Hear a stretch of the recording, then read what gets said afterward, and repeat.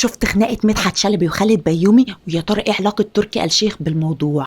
هي تويتة كتبها خالد بيومي وعينك ما تشوف الا النور. خالد بيومي كتب وقال انه ضد فكرة تهميش الدوري المصري بتاريخه الكبير، وانه مش حابب فكرة اقامة الدوري المصري خارج الملاعب المصرية، اللي هو نكتفي بالكاس والسوبر زي ما دول العالم بتعمل، عشان الدنيا تتقلب على كابتن خالد ويرد عليه ناس كتير منهم مدحت شلبي اللي علق وقال: لست من متابعي مواقع التواصل الاجتماعي او صفحات الرياضيين الشخصية، ولكن لسوء حظي ارسل لي صديق تعليق خاص للاخ خالد بيومي ينتقد في إقامة مباراتي الأهلي والزمالك في الدوري المصري والتي ستقام في المملكة العربية السعودية الشقيقة. أولا بداية يا أخ خالد، لو كان قد تم تكليفك بأي عمل رياضي داخل المملكة لا تغير رأيك تماما، وانت تعرف معنى كلماتي جيدا دون الدخول في التفاصيل التي يعلمها الكثيرون. ثانيا وبدون فلسفتك المعتادة، نحن والسعودية والإمارات أشقاء، والمصريين بالملايين يعملون في السعودية والإمارات، ولا مانع إطلاقا من محاولة إسعادهم على الأقل مرتين أو أكتر في الموسم الواحد، ناهيك عن الحقوق المادية التي ستساهم بشكل أو آخر في تطوير كرة القدم بالأندية المصرية. وسيبك أنت وبعض من مدعي المثالية الجوفاء من إطلاق الشعارات الرنانة وزغزغة العواطف التي لا تعبر إلا عن ضعفاء النفوس. مش عارفة هتتفقوا مع مدحت شلبي ولا لأ في كلامه، بس عامة الجمهور المصري والسعودي انقسم لنصين: اللي متفق مع خالد بيومي ووجهة نظره، ومنهم بالمناسبة جمهور سعودي وشايفين إن الطبيعي الدوري المصري يكون على أرض مصر، واللي بيهاجم خالد بيومي ومتفق مع كلام مدحت شلبي، وأولهم تركي آل الشيخ اللي شير بوست مدحت شلبي في نفس ذات اللحظة. تقولش قاعدين مع بعض. أنا شخصيا رأيي من رأي كابتن بيومي المحترم،